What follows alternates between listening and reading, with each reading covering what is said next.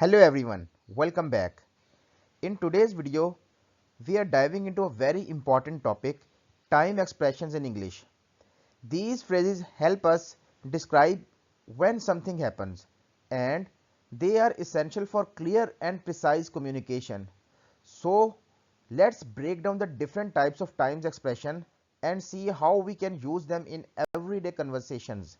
Let's get started. Time expressions in English are words or phrases that indicate when something happens.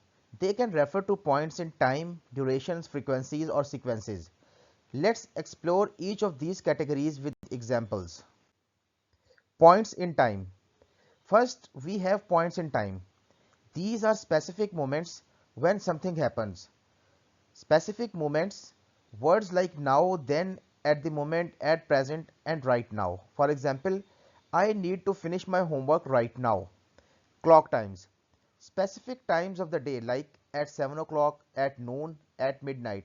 For example, I will meet you at noon. Dates.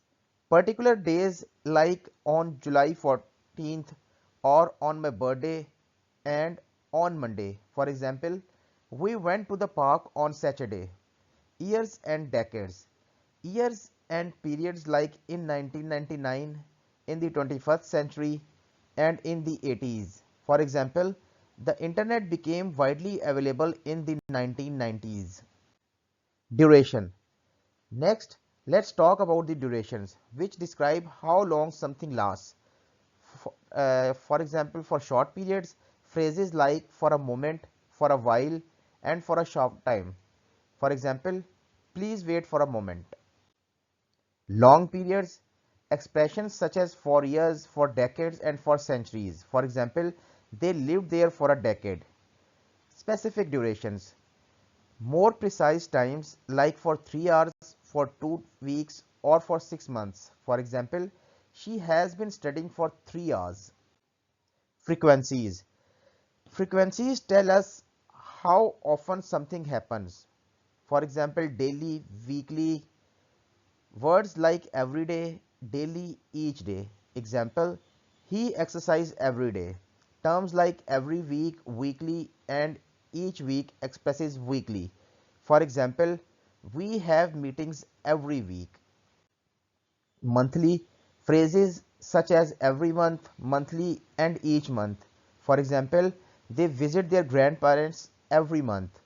Expressions like every year, annually, and each year expresses yearly. For example, we go on vacation every year. And other frequencies, words like sometimes, often, frequently, rarely, seldom, never, always, and once in a while. For example, we can use this, we go to the movies once a month.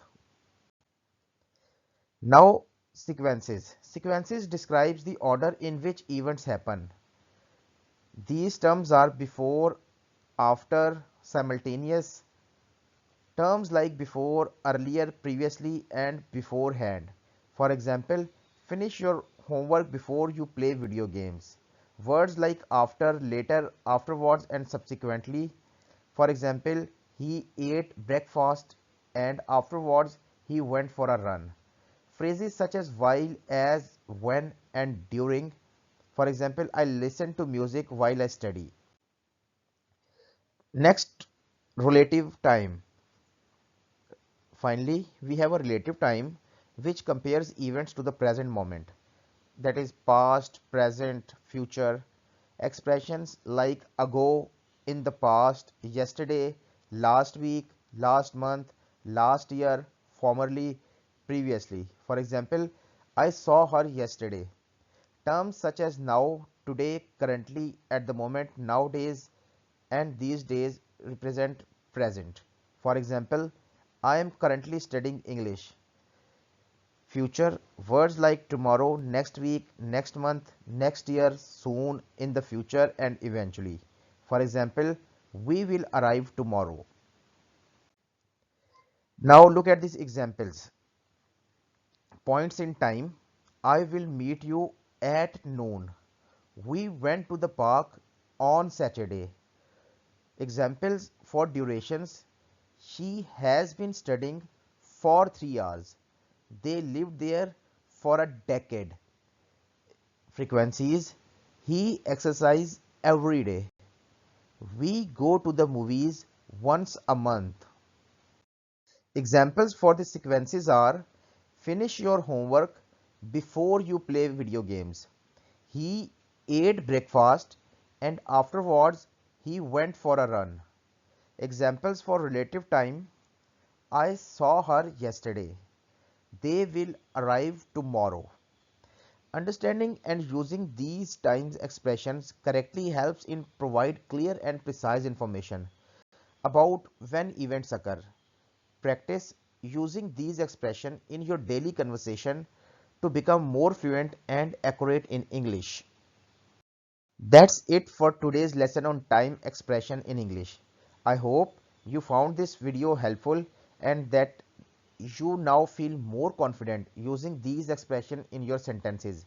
Remember, practice makes man perfect. So don't hesitate to leave your own examples in the comment below. If you enjoyed this video, give it thumbs up, share it with your friends and subscribe to my channel for more fun and educational lessons. Hit the bell icon to get notified whenever we upload a new content. Thanks for watching and I'll see you in the next video. Keep learning and stay great.